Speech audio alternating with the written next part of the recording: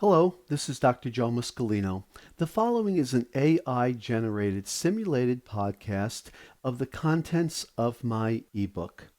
I've created this and providing this because I believe that it is a very casual way and a comfortable way of listening to and absorbing the information. I hope you do enjoy it. Ever bent over to pick up something totally ordinary like a laundry basket or, that pen you dropped for the 100th time? Maybe your cat's decided that napping on the floor is the new thing. Yeah. And suddenly, bam, your lower back lets you know it has other plans. Ouch. Yeah. You are so not alone, trust me. Low back strains and sprains are one of the most common reasons people miss work or, struggle to get their cat back on the couch.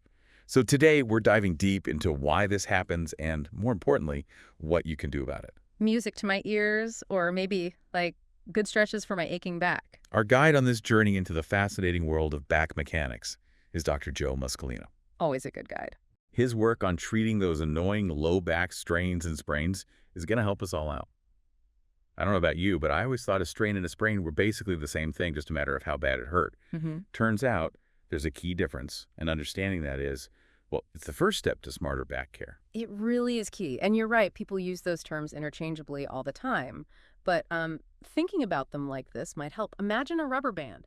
Stretching it too far or even tearing it, that's your muscle, that's a strain. Now, if you were to snap the little band of string holding two things together, that's more like a sprain, a tear in the ligament, that really tough tissue connecting your bones.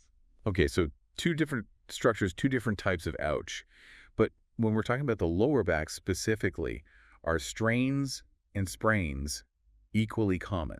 That's a great question. And it's interesting you asked that because Dr. Muscolino points out that while they often happen together, sprains, those ligament tears we talked about, they're actually more common in lower back pain. Oh, really? Yeah. I would thought it was the other way around. Yeah. And the reason for that, it kind of boils down to where ligaments do their most important work. They're like the last line of defense at the very edge of our movement. Think it like bending way over to grab something that's prime time for ligaments to get stressed. Which makes a lot of sense now that you mention it. That's probably why we've all heard that lift with your legs, not your back lecture a million times, right? Precisely. It's not just about being careful. It's like basic physics and how our bodies are designed to handle weight. It all comes down to leverage. Leverage, like a physics flashback. Kind of. And that's where things get really interesting and crucial to understanding how to prevent those sudden back-grabbing moments. Okay, leverage. So it's not just for physics class anymore. How does this whole leverage thing actually play out in our backs, like when we're just doing everyday things? Okay, so think about it this way.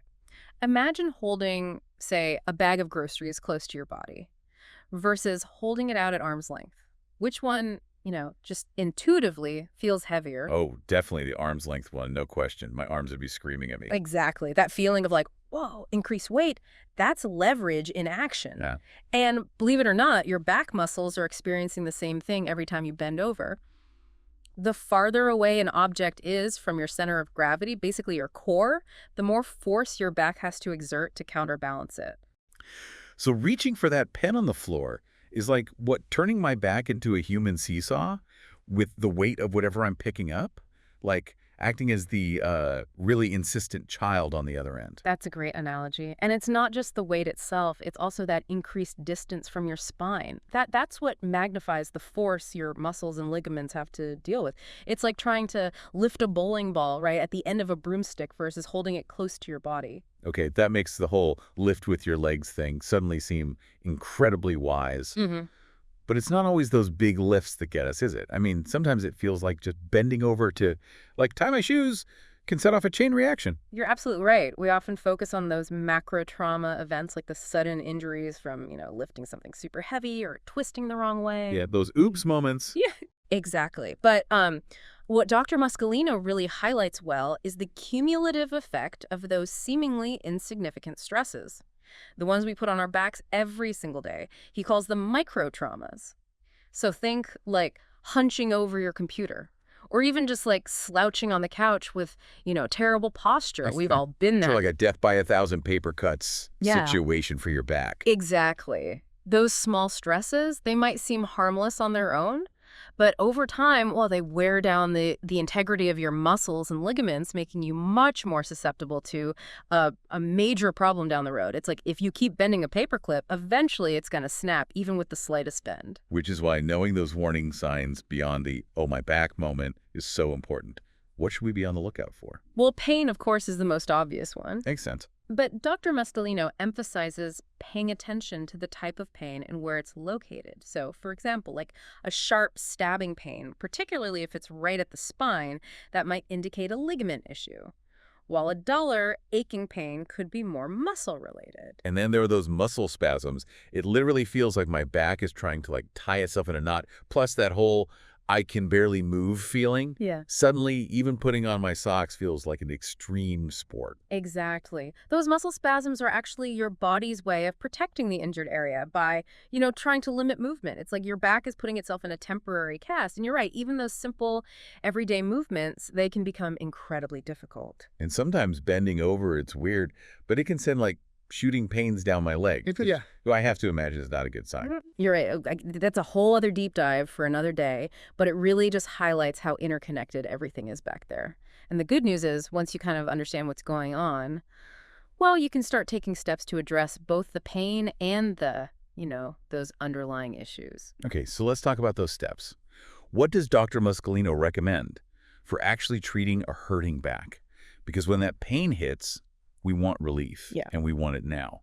So we're in pain, possibly hobbling around trying to, avoid bending over at all costs. Mm-hmm. What's the game plan here? How do we start feeling better? Well, Dr. Muscolino, he really stresses that the first step is calming those angry, spasming muscles. It's like hitting the pause button on that whole pain cycle. Okay, so less about powering through and more about, strategic surrender at first. Exactly. And he's a big proponent of manual therapy for that initial phase.